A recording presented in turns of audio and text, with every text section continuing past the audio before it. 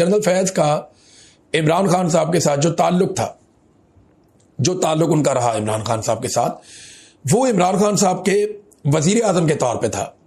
एक वजीर आजम और डीजीआई से ही वजीर आजम ने ही तैनात करना होता है, तो ये एक रिलेशन था। और हुकूमती मामलात में हमेशा ही ये लोग मदद करते हैं और जनरल फैज ने भी मदद की। अब मैं ये बिल्कुल नहीं कह रहा कि पाकिस्तान तहरीक इंसाफ पर या इमरान खान साहब पर जनरल फैज का कोई इख्तियार नहीं था या कोई इन्फ्लुएंस नहीं था। इमरान खान साहब अपनी चंद चीज़ों के बारे में कह चुके हैं कि ये चीज़ें मैंने गलत की अपनी ज़िंदगी में, और तनकीद भी जनरल फैज पे और इमरान खान पे इस बारे में होती है। लेकिन सवाल ये है कि जनरल फैज ने आज तक सबसे ज़्यादा फ़ायदा किसको पहुंचाया? तो जितने भी आदाद शुमार आ रहे हैं, जितने लोग भी चीज़ें बता रहे हैं, जितनी खबरें अब तक सामने आई हैं, उन सब खबरों के मुताबिक जनरल फैज ने अगर किसी खानदान को सबसे ज़्यादा सियासी फ़ायदा पहुंचाया तो वो शरीफ खानदान है। शरीफ खानदान के ऊपर जनरल फैज की मेहरबानियों की कोई दूसरी नज़ीर नहीं है। टका के मेहरबानियां की गई हैं। फिर ख्वाजा आसिफ ने एक और स्टेटमेंट दिया, उन्होंने कहा कि यहां सिलसिला रुकेगा नहीं, और भी लोग पकड़े जाएंगे। ख्वाजा आसिफ कहते हैं कि इमरान खान को लाने के लिए अब भी साजिश हो रही है, कोई कोशिश हो रही है, यानी साजिशी अनासर कोशिश कर रहे हैं कि इमरान खान को वापस ले आए। तो मेरे ख्याल में तो फिर पाकिस्तानी है साजिशी, क्योंकि ये कोशिश तो सारे पाकिस्तानी कर रहे हैं। पाकिस्तानियों ने 8 फरवरी 2024 को एक बहुत बड़ी कोशिश की और इमरान खान को इक़्तिदार में लाने की कोशिश की। तो साजिशी अनासर तो फिर पाकिस्तान के अवाम हो गए, क्योंकि बाकी जितने अनासर हैं, एस्टेब्लिशमेंट है या पीडीएम की जमातें हैं या बाकी लोग हैं, वो कोशिश कर रहे हैं कि इमरान खान को इक़्तिदार में आने से रोका जाए। इमरान खान को इक़्तिदार में लाने की जो साजिश है वो पाकिस्तान की अवाम कर रही है। तो ख्वाजा आसिफ क्या पाकिस्तानी अवाम को अब साजिशी समझते हैं? ख्वाजा साद रफीक ने एक बात की, उन्होंने कहा जी कि ट्रुथ एंड रिकन्सिलिएशन कमीशन एक बनाया जाए, ये उनकी तजवीज़ है, मुतालबा है। फैज़ हमीद की खाली सजा से कुछ नहीं होगा, वो 2-4 जर्नैल आप और भी टांग देंगे, कुछ नहीं होगा। ये जो ट्रुथ एंड रिकन्सिलिएशन कमीशन की बात ख्वाजा साद रफीक कह रहे हैं, ये एक अच्छी तजवीज़ है। इसके जरिए ये हो सकता है कि पाकिस्तान बनने से लेकर अब तक एस्टेब्लिशमेंट ने जितना गंद मारा है वो सारा निकाल के अवाम के सामने रख दिया जाए। सियासतदानों ने एस्टेब्लिशमेंट के साथ मिलकर जो जो किया है वो भी निकाल कर सामने रख दिया जाए। उसमें इमरान खान साहब के 3.5 साल में से एक छोटा सा दौर उनका भी आ जाएगा। लेकिन नवाज शरीफ के बार बार के धोखे, बार बार का फ्रॉड, बार बार एस्टेब्लिशमेंट के जूते पॉलिश, ये सारा रिकॉर्ड जरूर सामने आएगा। ये वाला रजीम चेंज ऑपरेशन भी आएगा। पीपल्स पार्टी ने कैसे एनआरओ किया वो भी आएगा। पीपल्स पार्टी का वजूद जनरल अयूब खान की वजह से शुरू हुआ, ये भी आएगा। पीएमएलएन को जनरल जिलानी और जनरल ज़ियाउल हक ने अपनी गोद लेकर परवान चढ़ाया, ये भी आएगा। तो इमरान खान तो किसी डिक्टेटर की गोद में बैठकर नहीं आया था ना। इमरान खान ने तो 2011 तक बड़ी लंबी स्ट्रगल की, फिर जाकर उसकी पार्टी बनी, बड़ी तगड़ी हो गई। जब 2018 में एस्टेब्लिशमेंट को नजर आ गया कि इमरान खान की पार्टी सबसे ज्यादा मकबूल है, तो एस्टेब्लिशमेंट इमरान खान की झोली में आकर गिर गई। वहां खान साहब को चाहिए था कि एस्टेब्लिशमेंट को उठा के बाहर फेंकते, या अगर कमजोर हुकूमत मिल गई थी तो ना लेते। अब मेरा उसके बारे में ये मानना है, क्योंकि मैंने इलेक्शन सर्वे खुद किया था, तो इलेक्शन सर्वे ये बता रहा था कि पीटीआई ज्यादा नशिस्तें जीत रही है, लेकिन सेंट्रल पंजाब में पीटीआई को बहुत सारी सीटें हरवा दी गई, ताकि पीटीआई की एक लूली लंगड़ी और कमजोर हुकूमत बने, और वो कमजोर हुकूमत कभी भी एस्टेब्लिशमेंट के सामने किसी किस्म का प्रॉब्लम क्रिएट ना कर सके।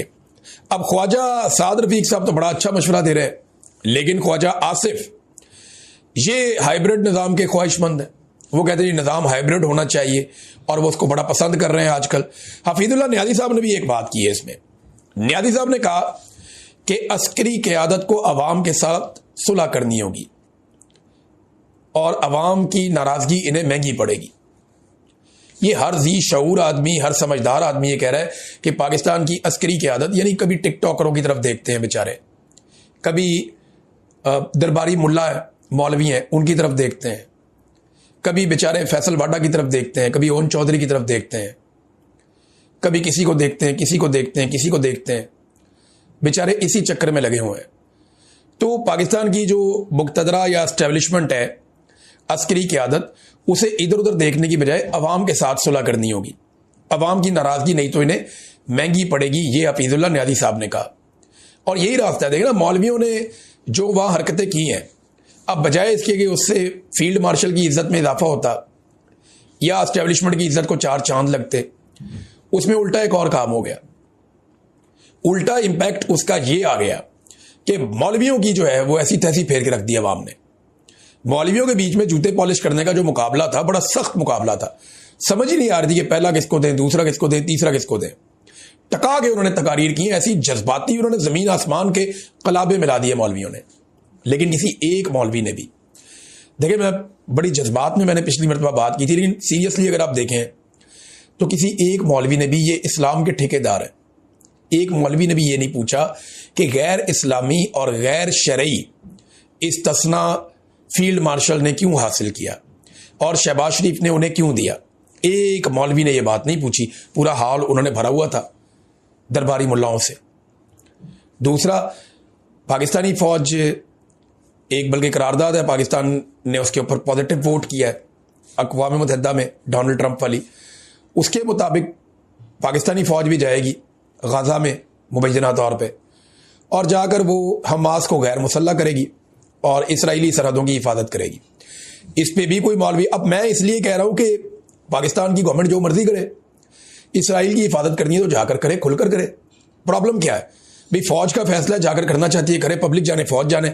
लेकिन मेरा सवाल यह है कि मौलवी तो हमें कई दहाइयों से ये चूरन बेच रहे हैं। मौलवी तो जनाब चाहते हैं कि वो शहीद हो जाएं फलस्तीन की सरजमीन पे। मस्जिद अक्सा के लिए रो रो के मौलवियों ने दुआएं मांगी हुई है। अब ये मौलवी जो हमें कोई और चूरन बेचते थे, कोई और सौदा बेचते थे, अब ये मौलवी जब वक्त आया तो इन्होंने हुक्मरानों से पूछा ही नहीं कि जनाब आप गजा में अगर फौज भेजना चाहते हैं तो क्यों भेजना चाहते हैं, आप किसकी हिफाजत करेंगे और किसको नुकसान पहुंचाएंगे, जरा ये बताएं। एक मौलवी भी इसके बारे में नहीं बोला। आप अंदाजा करें एक ऐसे दरबारी मुल्ला हैं। जब इमरान खान की हुकूमत थी, इमरान खान का भी जूता पॉलिश करते थे। मैंने पिछले वीलॉग में आपको सुनवाया जो ताहिर अशरफी ने कहा, वो सारी चीज़ें आपने सुनी है, अपने कानों से आपने सुनी है, तो आपको अच्छी तरह आइडिया हो जाना चाहिए कि ये मुल्ला जो है ये किस हैसियत के लोग हैं और ये इनके दिमाग कहाँ तक चलते हैं बेचारों के। इन्हें सवाए इक़्तिदार के, मौज मस्ती के, हमारी बात मानी जाए, सरकार में हमारे काम नहीं रुकने चाहिए, हमारा दाव लगा रहे, हमारी दिहाड़ी लगी रहे, इससे ज़्यादा बाहर ये लोग नहीं सोचते। अब नाज़रीन, कल के दिन में कोहाट में पाकिस्तान तहरीक इंसाफ का जलसा है। पाकिस्तान तहरीक इंसाफ मोमेंटम बनाने की कोशिश कर रही है। यानी जो मोमेंटम गुज़िश्ता साल 2024 में पाकिस्तान तहरीक इंसाफ के पास था, बड़ा तगड़ा मोमेंटम था जो अगस्त में शुरू हुआ और अक्टूबर तक वो ज़बरदस्त मोमेंटम पकड़ गया था पिछले साल। इस साल अभी कोशिश कर रहे हैं, रफ्ता रफ्ता मोमेंटम बन रहा है। देखना यह है कि सर्दियों के इख्तिताम तक कितना ज़बरदस्त मोमेंटम पाकिस्तान तहरीक इंसाफ पकड़ सकती है। और इसी सिलसिले में जो आज एक कोहाट का जलसा है पाकिस्तान तहरीक इंसाफ का, वो बड़ा अहमियत का हामिल है। तो हम आप